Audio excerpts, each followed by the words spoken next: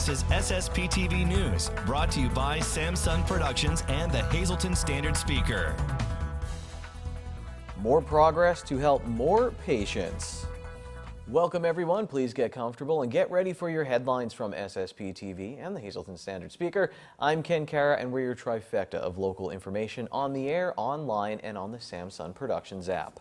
Lehigh Valley Hospital Hazleton today announced the second phase of its multi-million-dollar expansion and modernization project. Officials broke ground for a new emergency department. It will feature 30 treatment rooms and a secure 5-bed behavioral health unit.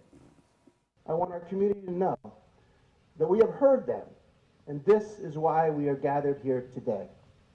When we expanded the emergency room just 12 short years ago in 2006, we thought that we would never outgrow it, at least not this soon, but we did. This year we anticipate close to 33,000 patient visits coming through that door and visiting our emergency department. Our community is growing. Lehigh Valley Hospital Hazleton needs to continue growing to meet the basic and advanced healthcare needs of our neighbors, family, and friends. Wait times in emergency department are a national crisis. We have wait times here that we'd like to improve as well. And it's really all about queuing theory, so having more bays to move people through with faster clinical protocols is what we're all about. Improve access, improve service, reduce wait times, and give higher quality care. In the newest environment that we're going to be placing here, nearly doubling the size from 10,000 square foot to 19,000 square foot, almost doubling the number of treatment bays, it's really going to be wonderful for patients. The hospital lobby will also be expanded and the front of the hospital will take on an updated modern look. The phase is expected to be completed by the end of 2019. The Better Living Showcase was held yesterday at Mohegan Sun Pocono in Wilkes-Barre. It featured exhibits and talks that focused on health and wellness, successful aging, and more. SSPTV's Sam Lassant was one of the featured speakers. This program was presented by Time Shamrock Communications and co-sponsored by Coordinate Health and Commonwealth Health. It's one of the largest Halloween events in our area. Lisa Sugart has the details. Well, the Laurel Mall is already decorated and getting ready for the big event. It's the annual Malloween happening on Monday, October 29th at 6 p.m. Rocco Aruzo is the mall's property manager. This literally brings out hundreds of people. Hundreds, yes, you're right. We had over 700 last year, so wow, we're looking maybe bigger this year. Yep, Malloween, Monday at 6 p.m. Get dressed, bring the kids out. It's safe trick or treat with all our tenants. It'll start at the Playland and wrap around the mall like it did last year and right out the front doors. So get here early, and we're gonna have a nice night. We have DJ John from the Strand. We'll be playing some Halloween music. The River 105 is gonna be here. They're gonna be doing prizes, live broadcast, and of course the girls from SSPTV will be doing the show. I'm sure Kenny Kara and Lisa Sugart will be here passing out candy, so we'll have a good time. It is a good time, and we've had a ball every time we come out here. I know the big talk now is that Janine and Deb are trying to figure out what they're going to be dressed up as. So everybody, you're going to want to see what the costumes are like. So that's always a fun thing. What are you dressing up as? I'm not going to tell you, but my general manager, Lisa, is planning something, so God knows. I'm just going to have to wait and see. All right. Well, this is a really safe way for the kids to come out and have fun. It's a family event, though. You see the moms, the dads, the strollers, everybody going by. So the stores participate by giving out the candy, correct? Yeah, all the stores participate. Really, most of our stores do, and the kids get a nice treat. And that's why I say sometimes you have to get here early because sometimes they run out of candy, and we do too. But we're looking forward. It's really a nice event for the kids because the way things are today, unfortunately, you have to say that, this is a safe haven for them.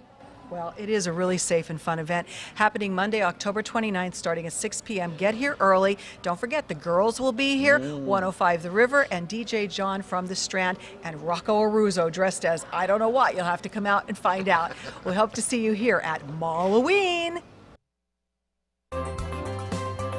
Time now for weather on SSPTV News.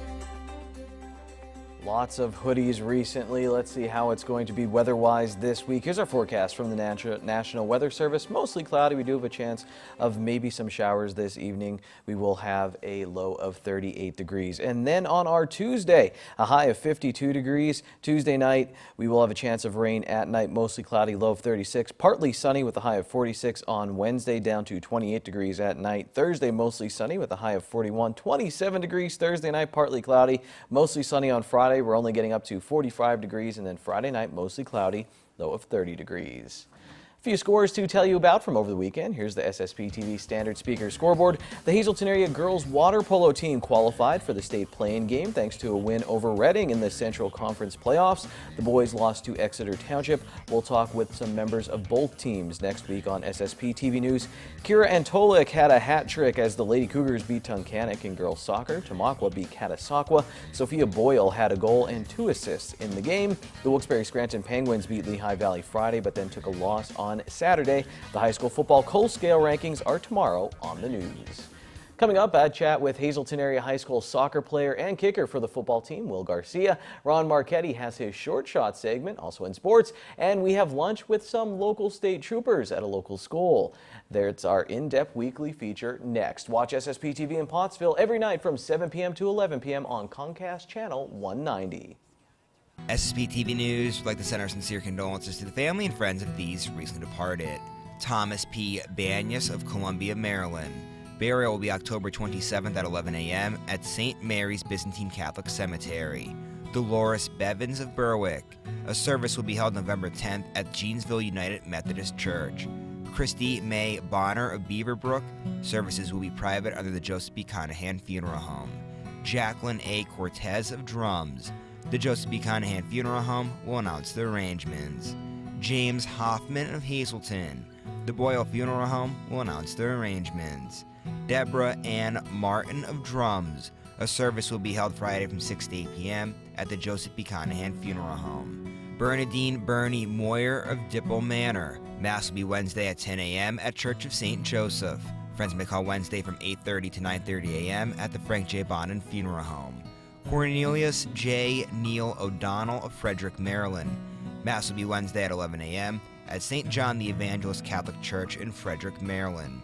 Friends may call Tuesday from 4 to 7 p.m.